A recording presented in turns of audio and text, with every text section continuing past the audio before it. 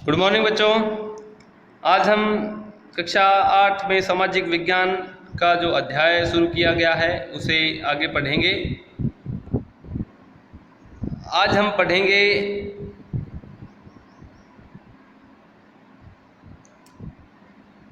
पहले हमने पढ़ा था नए शासन की स्थापना, जिसमें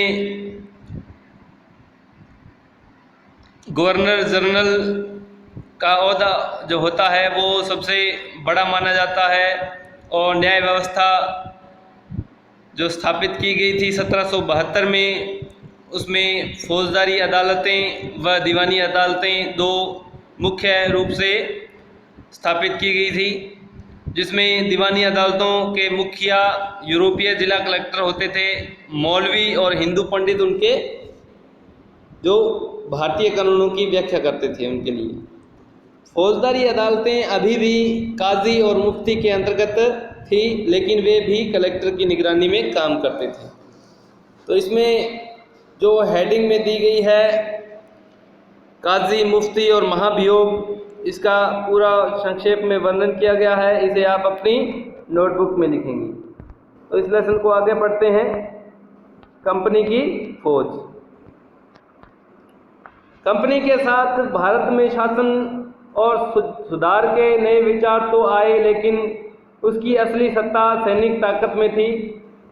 मुगल फौज मुख्य रूप से घुड़सवार यानी घोड़े पर चलने वाले प्रशिक्षित और पैदल सेना थी।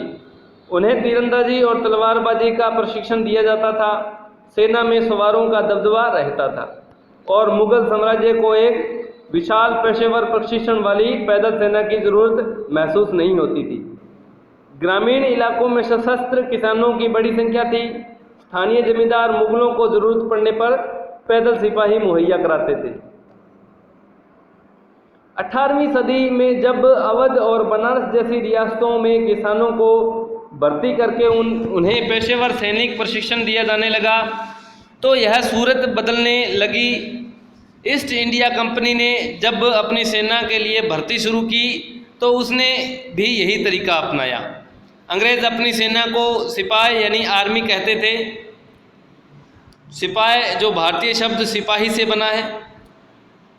1820 के दशक में से जैसे जैसे युद्ध तकनीक बदलने लगी, कंपनी की सेना में घुड़सवार टुकड़ियों की ज़रूरत भी कम होती गई।